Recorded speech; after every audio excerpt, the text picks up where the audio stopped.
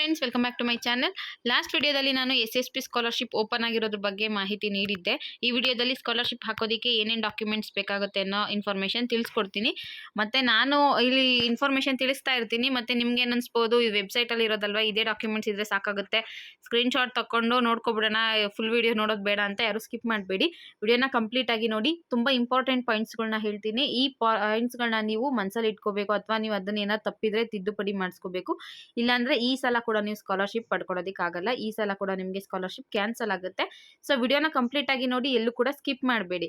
Last ವಿಡಿಯೋದಲ್ಲಿ ನಾನು last time open ಆದಾಗ 2023-24ನೇ ಸಾಲಿನ ಸ್ಕಾಲರ್ಶಿಪ್ ನಾವು ಹಾಕಿರಲಿಲ್ಲ. ಈಗ ಅಪ್ಲಿಕೇಶನ್ ಹಾಕಿ ಹಣ ಪಡ್ಕೋಬಹುದು ಅನ್ನೋದ್ರ ಬಗ್ಗೆ ಮುಂದಿನ ವಿಡಿಯೋದಲ್ಲಿ ಮಾಹಿತಿ ತಿಳಿಸ್ತೀನಿ ಅಂತ ಹೇಳಿದ್ದೆ. ಆದರೆ ನಂಗೆ ಇನ್ನೂ ಒಂದು ಚಿಕ್ಕ ಕ್ಲಾರಿಫಿಕೇಶನ್ ಬೇಕಿತ್ತು. ಅದಕ್ಕಿಂತ ಈ ವಿಡಿಯೋ ತುಂಬ ಇಂಪಾರ್ಟೆಂಟ್ ಅನ್ನಿಸ್ತು. ಅಂದರೆ ಏನೇನು ಡಾಕ್ಯುಮೆಂಟ್ಸ್ ರೆಡಿ ಮಾಡಿ ಇಟ್ಕೋಬೇಕು ಅನ್ನೋದು ತುಂಬ ಇಂಪಾರ್ಟೆಂಟು. ಇದನ್ನೇ ಮೊದಲು ಅಪ್ಲೋಡ್ ಮಾಡೋಣ, ನೆಕ್ಸ್ಟ್ ಆ ವಿಡಿಯೋ ಹಾಕೋಣ ಅಂದ್ಕೊಂಡೆ. ಸೊ ಅದಕ್ಕೋಸ್ಕರ ಏನೇನು ಡಾಕ್ಯುಮೆಂಟ್ಸ್ ಬೇಕಾಗುತ್ತೆ ಅನ್ನೋ ಮಾಹಿತಿನ ತಿಳಿಸ್ತಾ ಇದ್ದೀನಿ. ಮತ್ತು ಸ್ಕಾಲರ್ಶಿಪ್ ಯಾರಿಗೆ ಓಪನ್ ಆಗಿದೆ ಅಂದರೆ OBC ವಿದ್ಯಾರ್ಥಿಗಳು, ಎಲ್ಲ OBC ವಿದ್ಯಾರ್ಥಿಗಳು ಅಪ್ಲಿಕೇಶನ್ ಹಾಕೋಬಹುದು. SC ST ವಿದ್ಯಾರ್ಥಿಗಳು ಯಾರು ಇರ್ತಾರೆ, ITI ಮತ್ತು PUC ವಿದ್ಯಾರ್ಥಿಗಳು ಇರ್ತಾರಲ್ಲ, ಅಂಥವರು ಅಪ್ಲಿಕೇಶನ್ ಹಾಕಬಹುದು. ಅಥವಾ ಪದವಿ ಅಥವಾ ಡಬಲ್ ಡಿಗ್ರಿ ಮಾಡ್ತಿರೋ ವಿದ್ಯಾರ್ಥಿಗಳಿಗೆ SSP post matric scholarship SC ST ವಿದ್ಯಾರ್ಥಿಗಳಿಗೆ ಓಪನ್ ಆಗಿಲ್ಲ. ಇನ್ನು ಮೈನಾರಿಟಿ ಡಿಪಾರ್ಟ್ಮೆಂಟ್ ಅಂದರೆ ಕ್ರಿಶ್ಚಿಯನ್ಸು, ಮುಸ್ಲಿಮ್ಸು, ಬುದ್ಧಿಸ್ಟ್ ವಿದ್ಯಾರ್ಥಿಗಳಿಗೆ ಸಹ ಓಪನ್ ಆಗಿಲ್ಲ. ಸದ್ಯಕ್ಕೆ ಓಪನ್ ಆಗಿರೋದು OBC ವಿದ್ಯಾರ್ಥಿಗಳಿಗೆ. ಲಾಸ್ಟ್ ಡೇಟ್ ಬಂದು ಸೆಪ್ಟೆಂಬರ್ 15. OBC ವಿದ್ಯಾರ್ಥಿಗಳೇ ನೆನ್ಪಿಟ್ಕೊಳ್ಳಿ, ಹೋದ ವರ್ಷ ಕೂಡ ನಿಮಗೆ ಬೇಗನೆ ಮುಗೀತು, ಲಾಸ್ಟ್ ಅಕಾಡೆಮಿಕ್ ಇಯರಲ್ಲಿ. ಈಗ ಬೇಗನೆ ಓಪನ್ ಮಾಡಿದ್ದಾರೆ.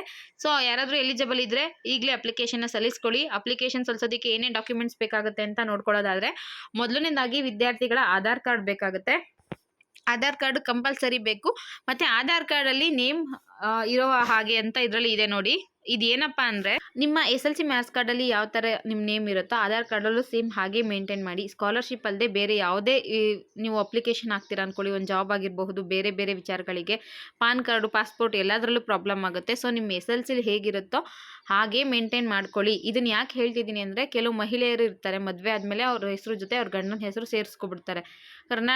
ನಮ್ಮ ಬೆಂಗಳೂರು ಸೈಡ್ ಸ್ವಲ್ಪ ಕಮ್ಮಿ, ಬಟ್ ಉತ್ತರ ಕರ್ನಾಟಕ ಇದೆ ಗೊತ್ತಾ, ಉತ್ತರ ಕನ್ನಡ, ಅಲ್ಲಿ ಮಾತ್ರ ತುಂಬ ಜನದ್ದು ಇದೇ ಪ್ರಾಬ್ಲಮ್ಮು. ಲಾಸ್ಟ್ ಟೈಮ್ ಕೂಡ ನಾನು ಅಪ್ಲಿಕೇಶನ್ ಹಾಕಬೇಕಾದ್ರೆ ತುಂಬ ಜನದ್ದು ಅಬ್ಸರ್ವ್ ಮಾಡಿದ್ದೆ, ಅವ್ರದ್ದೆಲ್ಲ ಅಪ್ಲಿಕೇಶನ್ ಹಾಕೋಕ್ಕಾಗಲೇ ಇಲ್ಲ. ಏನು ಮಾಡಿ ಅಂದರೆ, ನಿಮ್ಮ SLCಲಿ ಮಾರ್ಕ್ಸ್ ಕಾರ್ಡಲ್ಲಿ ಯಾವ ರೀತಿ ನೇಮ್ ಇರುತ್ತೋ ಡೈರೆಕ್ಟ್ ಅದೇ ರೀತಿ ಎಲ್ಲ ಕಡೆನೂ ಮೇಂಟೈನ್ ಮಾಡ್ಕೊಳ್ಳಿ. ನೀವು ಯಾವುದೇ ಯೂನಿವರ್ಸಿಟಿಲಿ ಅಡ್ಮಿಷನ್ ಆಗಿ, KSO ಆಗಿರಬಹುದು, ಬೇರೆ ಯೂನಿವರ್ಸಿಟಿ ಆಗಿರಬಹುದು, ಅವ್ರು ಯಾರು ನಿಮ್ಮ ಆಧಾರ್ ಕಾರ್ಡಲ್ಲಿರೋ ನೇಮ್ನ ತಗೊಳ್ಳೋದ, SLC ಮಾರ್ಕ್ಸ್ ಕಾರ್ಡಲ್ಲಿ ಹೇಗಿರುತ್ತೋ ಆ ನೇಮ್ನೇ ತಗೋತಾರೆ. ಮತ್ತು ಅದು ಎಲ್ಲ ಮಾರ್ಕ್ಸ್ ಕಾರ್ಡಲ್ಲೂ ಅದೇ ಕಂಟಿನ್ಯೂ ಆಗಲಿ ಅನ್ನೋದೇ ಅವ್ರ ಉದ್ದೇಶ ಆಗಿರುತ್ತೆ. ಬಟ್ ಏನು ಮಾಡಿರ್ತಾರೆ, ಇವರೆಲ್ಲ ಮದುವೆ ಆದಮೇಲೆ ಅವ್ರ ಹೆಸರು ಜೊತೆ ಅವ್ರ ಗಂಡನ ಹೆಸರು ಸೇರಿಸ್ಕೊಂಡಿರ್ತಾರೆ. ನೆಕ್ಸ್ಟ್ ಅವರು ಸ್ಕಾಲರ್ಶಿಪ್ ಅಪ್ಲಿಕೇಶನ್ ಹಾಕೋಕೆ ಹೋದರೆ ತಗೊಳ್ಳೋದೇ ಎಲ್ಲ ರಿಜೆಕ್ಟ್ ಆಗುತ್ತೆ. ಸೊ ಈಗಲೇ ಚೆಕ್ ಮಾಡ್ಕೊಳ್ಳಿ. ಏನಾದರೂ ಮಿಸ್ಟೇಕ್ ಇತ್ತು ಅಂದರೆ ಈಗಲೇ ಆಧಾರ್ ಚೇಂಜ್ ಮಾಡಿಸೋದಕ್ಕೆ ಟ್ರೈ ಮಾಡಿ. ಮತ್ತು ನೀವು ಚೇಂಜ್ ಮಾಡಿಸಿದ್ಮೇಲೆ 7 to 10 ಡೇಸಲ್ಲಿ ನಿಮಗೆ ಅದು ಇದಾಗುತ್ತೆ, ಅಪ್ರೂವ್ ಮಾಡ್ತಾರೆ. ನೆಕ್ಸ್ಟು ನಿಮಗೆ ಹೊಸ ಆಧಾರ್ ಕಾರ್ಡ್ ಕೂಡ ಸಿಗುತ್ತೆ. ಆಧಾರ್ ಕಾರ್ಡಲ್ಲಿ ಮತ್ತು SLC ಮಾರ್ಕ್ಸ್ ಕಾರ್ಡಲ್ಲಿ ನೇಮ್ ಸೇಮ್ ಇರಬೇಕು, ಇದು ಕಂಪಲ್ಸರಿ ಇರುತ್ತೆ. ನೆಕ್ಸ್ಟು ಸ್ಟೂಡೆಂಟು ಮೊಬೈಲ್ ನಂಬರ್ ಬೇಕಾಗುತ್ತೆ, ಇದು OTPಗೆ. ಮತ್ತು ವಿದ್ಯಾರ್ಥಿಗಳದ್ದು ಮೇಲ್ ID ಕೂಡ ಕಂಪಲ್ಸರಿ ಇರುತ್ತೆ. ಇದು ಏನಕ್ಕಪ್ಪ ಅಂದರೆ, ಇವಿಷ್ಟು ಕೂಡ ನೀವು ಅಕೌಂಟ್ ಕ್ರಿಯೇಟ್ ಮಾಡಬೇಕಾದ್ರೆ ಬೇಕಾಗುತ್ತೆ ಈ ಡಾಕ್ಯುಮೆಂಟ್ಸ್ಗಳು. ಇದರಲ್ಲಿ ಇನ್ನೊಂದು ಮೆನ್ಷನ್ ಮಾಡಿಲ್ಲ, ವಿದ್ಯಾರ್ಥಿಗಳ ತಂದೆ ತಾಯಿ ಆಧಾರ್ ಕಾರ್ಡ್ ಕೂಡ ಬೇಕು. ನಾನು ಹೇಳಿದೆ, ಅದಕ್ಕೆ ಎಲ್ಲೂ ಕೂಡ ನೀವು ಸ್ಕಿಪ್ ಮಾಡೋಕ್ಕೆ ಹೋಗಬೇಡಿ, ಕಂಪ್ಲೀಟ್ ವಿಡಿಯೋ ನೋಡಿ ಅಂತ ಹೇಳೋದು ಇದಕ್ಕೇನೆ. ಇದರಲ್ಲಿ ಪೇರೆಂಟ್ಸ್ದು ಆಧಾರ್ ಕಾರ್ಡು ಬೇಕು ಅಂತ ಹೇಳಿಲ್ಲ, ಬಟ್ ನಿಮಗೆ ಅಕೌಂಟ್ ಕ್ರಿಯೇಟ್ ಮಾಡಿ ಲಾಗಿನ್ ಆದಮೇಲೆ ಪೋಷಕರ ಡೀಟೇಲ್ಸ್ನ ಫಿಲ್ ಮಾಡಬೇಕಾಗುತ್ತೆ. ಅದರಲ್ಲಿ ನಿಮ್ಮ ತಂದೆ ತಾಯಿದು ಡೀಟೇಲ್ಸ್ನ ಫಿಲ್ ಮಾಡಬೇಕು. ಸೊ ಆಧಾರ್ ಕಾರ್ಡ್ ಇರಬೇಕು, ಅವ್ರದ್ದು ಕೂಡ ಆಧಾರ್ ಕಾರ್ಡ್ ಕರೆಕ್ಟಾಗಿರೋದೇ ಬೇಕು. ಅವ್ರದ್ದು ಆಧಾರ್ ಕಾರ್ಡ್ ಅಪ್ಲೋಡ್ ಮಾಡಬೇಕು, ಅಂದರೆ ಅಪ್ಲೋಡ್ ಇರೋದಿಲ್ಲ, ಆಧಾರ್ ಕಾರ್ಡ್ ನಂಬರು ಮತ್ತು ಆಧಾರ್ ಕಾರ್ಡಲ್ಲಿರೋ ಥರ ನೇಮ್ನ ಅಪ್ಡೇಟ್ ಮಾಡಬೇಕು. ಮತ್ತು ಮದುವೆ ಆಗಿರೋರು ಅಲ್ಲಿ ಪೋಷಕರ ಅಥವಾ ಗಾರ್ಡಿಯನ್ ಡೀಟೇಲ್ಸ್ ಅಂತ ಇರುತ್ತೆ, ಅದರಲ್ಲಿ ನಿಮ್ಮ ಹಸ್ಬೆಂಡ್ ಡೀಟೇಲ್ಸ್ ಬೇಕಿದ್ರೂ ಹಾಕಬಹುದು. ಆ ಆಪ್ಷನ್ ಇದೆ. ಪೋಷಕರ ಡೀಟೇಲ್ಸ್ ಕೂಡ ಬೇಕಾಗುತ್ತೆ. ನೆಕ್ಸ್ಟು ನಿಮಗೆ ಇಷ್ಟು ಅಕೌಂಟ್ ಕ್ರಿಯೇಟ್ ಮಾಡೋಕ್ಕಾದ್ಮೇಲೆ, ಆ ಅಕೌಂಟ್ ಕ್ರಿಯೇಟ್ ಮಾಡಬೇಕಾದ್ರೆ ನಿಮಗೆ ಅಣ್ಣ ತಮ್ಮ ಅಕ್ಕ ತಂಗಿ ಇದ್ದಾರಾ ಅಂತ ಕೇಳುತ್ತೆ, ಅವ್ರ ಹೆಸರು ಕೇಳುತ್ತೆ, ಅದನ್ನೆಲ್ಲ ನೀವು ಮೆನ್ಷನ್ ಮಾಡಬೇಕಾಗುತ್ತೆ.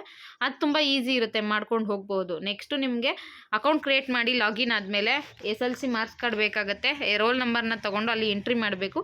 ನಿಮ್ಮ SLC ಪಾಸಿಂಗ್ ಇಯರ್ ಸ್ವಲ್ಪ ಡೀಟೇಲ್ಸ್ ಅದರಲ್ಲಿ ಆಟೋಮೆಟಿಕಲಿ ತೊಗೊಳುತ್ತೆ. 5ನೇ ಪಾಯಿಂಟು, ಇದು ಕೂಡ ತುಂಬಾ ಇಂಪಾರ್ಟೆಂಟ್ ಪಾಯಿಂಟು. ವಿದ್ಯಾರ್ಥಿಗಳ ಹೆಸರಲ್ಲಿರುವಂಥ ಕ್ಯಾಸ್ಟು ಮತ್ತು ಇನ್ಕಮ್ ಸರ್ಟಿಫಿಕೇಟು ಇದು ಕೂಡ ಕಂಪಲ್ಸರಿ ಬೇಕೇ ಬೇಕು. ಮತ್ತು ಯಾರ್ದಾದ್ರೂ ಲಾಸ್ಟ್ ಡೇಟ್ ಮುಗ್ದೋಗಿದೆಯಾ, ಹತ್ರ ಇದೆಯಾ ಅಂತ ಈಗಲೇ ಚೆಕ್ ಮಾಡ್ಕೊಳ್ಳಿ. ಯಾಕಂದರೆ ಲಾಸ್ಟ್ ಟೈಮ್ ಕೂಡ ಬಹಳಷ್ಟು ವಿದ್ಯಾರ್ಥಿಗಳದ್ದು ಇದೇ ಪ್ರಾಬ್ಲಮ್ಮು. ಮಾಡಿಸಿ 5 ವರ್ಷ ಆಗೋಗಿರುತ್ತೆ, ಲಾಸ್ಟ್ ಡೇಟ್ ಕೂಡ ಮುಗ್ದೋಗಿರುತ್ತೆ. ಆದರೆ ಅವ್ರಿಗೆ ಈಗ ಅಪ್ಲಿಕೇಶನ್ ಹಾಕಬೇಕಾಗಿರುತ್ತೆ, ಅಪ್ಲಿಕೇಶನ್ ತೊಗೊಳ್ತಾನೆ ಇರಲ್ಲ. ಹೊಸ್ದಾಗಿ ಅಪ್ಲೈ ಮಾಡಿ ಅಂದರೆ 21 ದಿನ ಬೇಕಾಗುತ್ತೆ ಒಂದು ಸಲ ಕ್ಯಾಸ್ಟ್ ಇನ್ಕಮ್ ಲಾಸ್ ಆಯಿತು ಅಂದರೆ, ಲಾಸ್ಟ್ ಡೇಟ್ ಮುಗ್ದೋಯ್ತು ಅಂದರೆ. ಸೊ ನಿಮ್ದೇನಾದರೂ ಲಾಸ್ಟ್ ಡೇಟ್ ಆಗೋಗಿದೆಯೋ ಇಲ್ವೋ ಅಂತ ಈಗಲೇ ಚೆಕ್ ಮಾಡ್ಕೊಳ್ಳಿ. ಲಾಸ್ಟ್ ಡೇಟ್ ಆಗೋಗಿತ್ತು ಅಂದರೆ ಅಪ್ಲೈ ಮಾಡಿ. 21 ದಿನ ಬೇಕಾಗುತ್ತೆ ಕ್ಯಾಸ್ಟ್ ಇನ್ಕಮ್ ಸರ್ಟಿಫಿಕೇಟ್ಗೆ. ಅದನ್ನು ಮೊದಲೇ ಚೆಕ್ ಮಾಡ್ಕೊಳ್ಳಿ. ಮತ್ತು ನಿಮ್ಮ ಹೆಸರಲ್ಲಿರುವಂಥ ಕ್ಯಾಸ್ಟ್ ಇನ್ಕಮ್ ಸರ್ಟಿಫಿಕೇಟ್ನ ಹಾಕಬೇಕು. ನಿಮ್ಮ ಪೇರೆಂಟ್ಸ್ದು ಯಾರ್ದಾದ್ರೂ ಹಾಕಿದ್ರೆ ಅದು ಕೂಡ ರಿಜೆಕ್ಟ್ ಆಗುತ್ತೆ. ಇದು ಕೂಡ ಇನ್ಸಿಡೆಂಟ್ ಆಗಿದೆ. ಅದು MSc ವಿದ್ಯಾರ್ಥಿಗಳಿಗೆ 30-40 ಸಾವಿರ ಬರುತ್ತೆ, ಅಂಥವ್ರದ್ದು ಕೂಡ ಲಾಸ್ ಆಗಿದೆ. ಸೊ ಹಾಗಾಗಿ ವಿದ್ಯಾರ್ಥಿಗಳದ್ದು ಕ್ಯಾಸ್ಟ್ ಮತ್ತು ಇನ್ಕಮ್ ಸರ್ಟಿಫಿಕೇಟ್ ಕಂಪಲ್ಸರಿ ಬೇಕೇ ಬೇಕು. ಇದರಲ್ಲಿ ಇನ್ನೊಂದು ಇಂಪಾರ್ಟೆಂಟ್ ಇನ್ಫಾರ್ಮೇಷನ್ ಏನಪ್ಪ ಅಂದರೆ, SC ST ವಿದ್ಯಾರ್ಥಿಗಳಿಗೆ ಬಿಲೋ 2.5 ಲ್ಯಾಕ್ ಒಳಗಡೆ ಇನ್ಕಮ್ ಇರಬೇಕು, 2.5 ಲಕ್ಷದ ಒಳಗಡೆ ಇನ್ಕಮ್ ಇರಬೇಕು. ಅದು ಕ್ಯಾಸ್ಟ್ ಇನ್ಕಮ್ ಸರ್ಟಿಫಿಕೇಟಲ್ಲಿ ಮೆನ್ಷನ್ ಆಗಿರುತ್ತೆ. ಇಲ್ಲ ಅಂದರೆ ನಿಮಗೆ 2.5 ಲಕ್ಷ ಮೇಲಿದ್ರೂ ಕೂಡ ತಗೊಳುತ್ತೆ, ಬಟ್ ರಿಜೆಕ್ಟ್ ಆಗುತ್ತೆ. SC ST ವಿದ್ಯಾರ್ಥಿಗಳಿಗೆ ಇಷ್ಟ ಆದರೆ, OBC ವಿದ್ಯಾರ್ಥಿಗಳಿಗೆ 1 ಲಕ್ಷಕ್ಕಿಂತ ಕಡಿಮೆ ಇನ್ಕಮ್ ಮೆನ್ಷನ್ ಆಗಿರಬೇಕು ಇನ್ಕಮ್ ಸರ್ಟಿಫಿಕೇಟಲ್ಲಿ. 1,01,000 ಇದ್ರೂ ತೊಗೊಳಲ್ಲ, 1,20,000 ಇದ್ರೂ ತೊಗೊಳಲ್ಲ. OBC ವಿದ್ಯಾರ್ಥಿಗಳಿಗೆ 1 ಲಕ್ಷದ ಒಳಗಡೆ ಇನ್ಕಮ್ ಇರಬೇಕು. ಇದು ಕೂಡ ಕಂಪಲ್ಸರಿ. ಇದರಲ್ಲಿ ಮೆನ್ಷನ್ ಮಾಡಿರೋದಿಲ್ಲ, ಬಟ್ ಹೇಳ್ತಾ ಇದ್ದೀನಿ, ಇದು ಕಂಪಲ್ಸರಿ. 1 ಲಕ್ಷದ ಮೇಲ್ಗಡೆ ಇತ್ತು ಅಂದರೆ ನಿಮಗೆ ರಿಜೆಕ್ಟ್ ಆಗುತ್ತೆ. ಅಕಸ್ಮಾತ್ ವಿದ್ಯಾರ್ಥಿ ಏನಾದರೂ ವಿಕಲಚೇತನ ಅಂದರೆ ಫಿಸಿಕಲಿ ಹ್ಯಾಂಡಿಕ್ಯಾಪ್ಟ್ ಆಗಿದ್ರು ಅಂದರೆ ಅವ್ರದ್ದು UDID ನಂಬರ್ ಬೇಕಾಗುತ್ತೆ. ಅದು ಕೂಡ ನಿಮಗೆ ಎಂಟ್ರಿ ಮಾಡೋದಕ್ಕೆ ಆಪ್ಷನ್ ಇದೆ. ಇನ್ ಕೇಸ್ ಇಲ್ಲ ಅಂದರೆ ನೀವು ನೋ ಕೊಟ್ಬಿಟ್ಟು ಮುಂದೆ ಹೋಗ್ಬೋದು. 7 ಪಾಯಿಂಟ್ ಇದೆ ನೋಡಿ. ವಿದ್ಯಾರ್ಥಿದು ಕಂಪ್ಲೀಟ್ ಅಡ್ರೆಸ್ ಬೇಕಾಗುತ್ತೆ, ಅವ್ರದ್ದು ತಾಲೂಕು, ಡಿಸ್ಟಿಕ್ಕು ಮತ್ತು ವಿಧಾನಸಭಾ ಕ್ಷೇತ್ರ ಯಾವುದು ಅನ್ನೋದು ಬೇಕಾಗುತ್ತೆ. ಮನೆ ಅಡ್ರೆಸ್, ಪರ್ಮನೆಂಟ್ ಅಡ್ರೆಸ್ ಕೂಡ ಕೇಳುತ್ತೆ, ಅದನ್ನು ನೀವು ಈಸಿಯಾಗಿ ಫಿಲ್ ಮಾಡಬಹುದು. ಇನ್ನು ಸೆಕೆಂಡ್ ಸ್ಟೆಪ್ಪಲ್ಲಿ ಬಂದರೆ, ವಿದ್ಯಾರ್ಥಿ ಕಾಲೇಜು ದಾಖಲಾತಿ ನೋಂದಣಿ ಸಂಖ್ಯೆ ಅಂತ ಇದೆ ನೋಡಿ. ನಿಮ್ಮ ಅಡ್ಮಿಷನ್ ಆಗಿರುತ್ತಿರಲ್ವ, ನಿಮಗೆ ರೋಲ್ ನಂಬರ್ ಇರುತ್ತಲ್ಲ, roll number, enrol number, register number ಎಲ್ಲ ಕೂಡ ಒಂದೇ. ನಿಮ್ಮ ID ನಂಬರ್ನ ಹಾಕಿದ್ರೆ ಸಾಕು. ಅದರಲ್ಲಿ ನಿಮ್ಮದು ಯಾವ ಯೂನಿವರ್ಸಿಟಿ ಇರುತ್ತೆ ಸೆಲೆಕ್ಷನ್ ಮಾಡ್ಕೊಳ್ಳಿ, ಯಾವ ಕಾಲೇಜ್ ಇರುತ್ತೆ ಸೆಲೆಕ್ಷನ್ ಮಾಡ್ಕೊಳ್ಳಿ. ರೋಲ್ ನಂಬರ್ನ ಎಂಟ್ರಿ ಮಾಡಿ. ಅದರಲ್ಲಿ UG, PG, ITI, ಡಿಪ್ಲೊಮಾ ಅಂತೆಲ್ಲ ಆಪ್ಷನ್ ಇರುತ್ತೆ. ಅದರಲ್ಲಿ ನಿಮ್ದು ಯಾವುದಿರುತ್ತೋ ಸೆಲೆಕ್ಷನ್ ಮಾಡಿಕೊಂಡ್ರೆ ನೀವು ನಿಮ್ಮ ಡಾಟಾ ಗೆಟ್ ಡೀಟೇಲ್ಸ್ ಅಂತ ಕೊಟ್ಟರೆ ನಿಮ್ಮನ್ನೆಲ್ಲ ಡಾಟಾನು ಬರಬೇಕು. ಯಾವ ಇಯರಲ್ಲಿ ಓದುತ್ತಾ ಇದ್ದೀರಾ, ಯಾವ ಕೋರ್ಸ್ ಮಾಡ್ತಿದ್ದೀರಾ, ಯಾವ ಸೆಮ್ಮು, ಯಾವಾಗ ಅಡ್ಮಿಷನು, ಇದೆಲ್ಲ ಬರುತ್ತೆ. ಇದಿಷ್ಟು ಕೂಡ ತುಂಬಾ ಇಂಪಾರ್ಟೆಂಟು. ಸೊ ಹಾಗಾಗಿ ನಿಮ್ಮ ಡಾಟಾನ ನೀವು ಮೊದಲು ಕಾಲೇಜ್ಗಳಲ್ಲಿ ಅಪ್ಡೇಟ್ ಮಾಡಿಸ್ಕೋಬೇಕು. ನಿಮ್ಮ ರೋಲ್ ನಂಬರ್ನ ಕೊಟ್ಟು ಅವ್ರ ಹತ್ರ ಅಪ್ಡೇಟ್ ಮಾಡಿಸ್ಕೊಂಡ್ರೆ ಮಾತ್ರ ಅಪ್ಲಿಕೇಶನ್ ಹಾಕೋಕ್ಕಾಗುತ್ತೆ. ಎಲ್ಲಿವರೆಗೂ ಅವರು ಅಪ್ಲೋಡ್ ಮಾಡಲ್ವೋ ಅಲ್ಲಿವರೆಗೂ ನಿಮಗೆ ಅಪ್ಲಿಕೇಶನ್ ಹಾಕೋಕ್ಕೆ ಸಾಧ್ಯ ಆಗೋದಿಲ್ಲ.